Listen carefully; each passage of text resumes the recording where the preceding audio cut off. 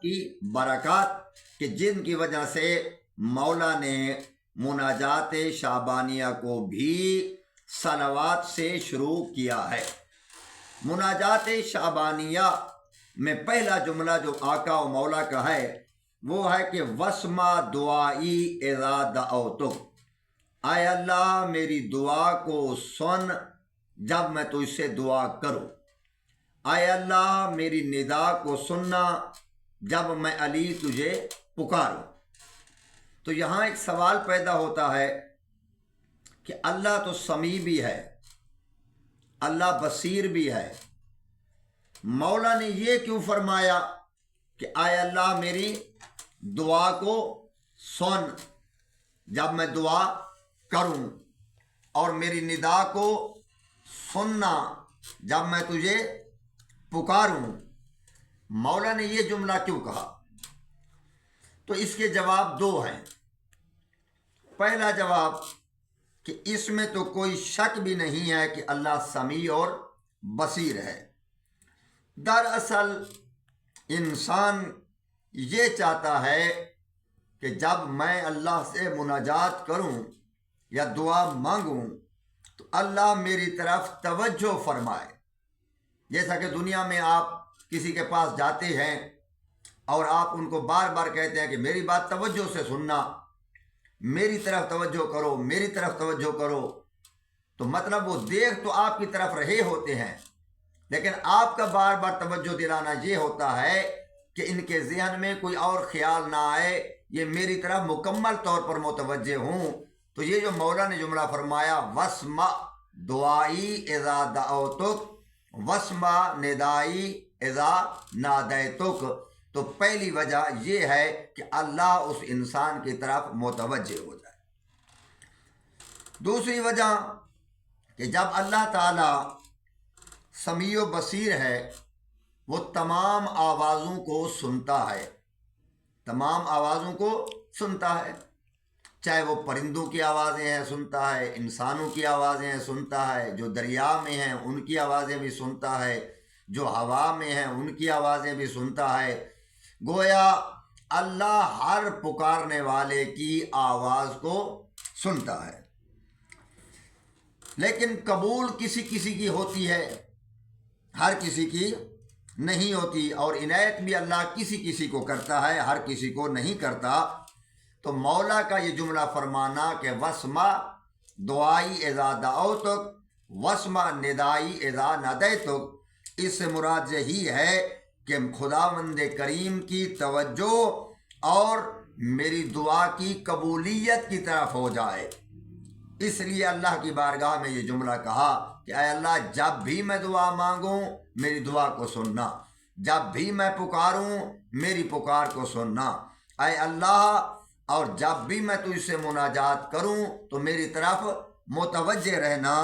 تو یہ اس لیے مولا نے فرمایا کہ اللہ مکمل توجہ مجھ بندے کی طرف کر دے کہ جب میں اپنے اللہ سے مناجات کر رہا ہوں۔ آگے مولا فرماتے ہیں فقد حربت الیک، اے اللہ میں تیری طرف بھاگ کر آیا ہوں، میں تیری طرف ہی فرار کر آیا ہوں۔ جیسے اللہ تعالیٰ خود قرآن مجید میں ارشاد فرماتا ہے فَفِرُّوا إِلَى اللَّهِ، اے لوگو تم اللہ کی طرف بھاگو۔ تو حضرت امیر المومنین علی بن ابی طالب علیہ الصلوۃ والسلام نے بھی مناجات شعبانیہ میں کیا جملہ فرمایا؟ حربت الیک، اے اللہ میں تیری طرف فرار کر آیا ہوں۔ اور فرار کا معنی کیا ہوتا ہے؟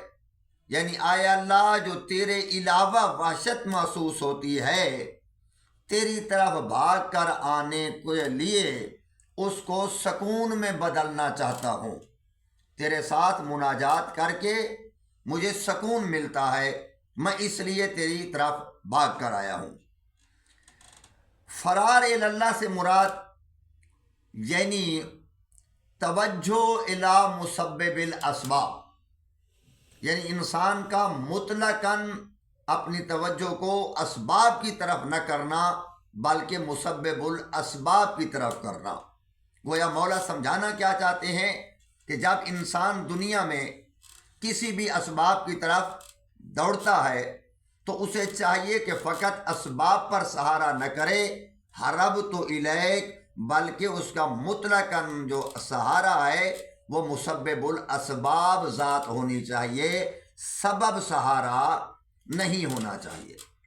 مثلا جب دعا مانگ رہے ہیں تو ہمیں اللہ نے حکم تو دیا ہے کہ اسباب کی طرف جاؤ، لیکن اسباب کو سہارا نہیں بنانا چاہیے، مطلقاً سہارا فقط اللہ کی ذات کو بنانا چاہیے۔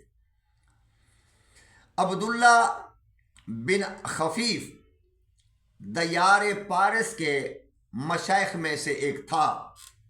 یہ کہتا ہے کہ جب میں حج کے لیے پیدل جا رہا تھا تو میرا گزر بغداد سے ہوا۔ جب بغداد میں پہنچا تو میرا دل چاہا کہ میں کسی بزرگ کی زیارت کروں۔ میں اس بزرگ کی زیارت کے لیے میں نے سفر شروع کیا۔ جب سفر شروع کیا تو ایک بیابان میں جا رہا تھا، میرے ہاتھ میں رسی بھی تھی اور میرے ہاتھ میں ایک ڈول بھی تھا۔ مجھ پر پیاس نے غلبہ کیا تو میں نے دیکھا کہ ایک کنواں ہے جس کنویں سے کچھ ہرن پانی پی رہے ہیں۔ پانی کنویں کے برابر ہے اور ہرن اسے پانی پی رہے ہیں۔ میں نے چاہا کہ میں بھی اس کنویں کی طرف جاتا ہوں، جا کر پانی پیتا ہوں۔ تو جیسے میں کنویں کی طرف گیا تو میں نے دیکھا پانی نیچے جانا شروع ہو گیا۔ پہلے پانی کی سطح برابر تھی، اب پانی نیچے جانا شروع ہو گیا۔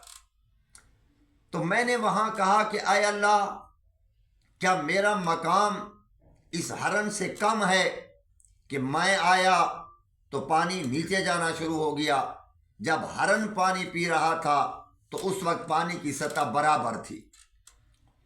یہ کہتا ہے جب میں نے یہ جملہ کہا تو میرے کان میں آواز آئی، اے ابن خفیف،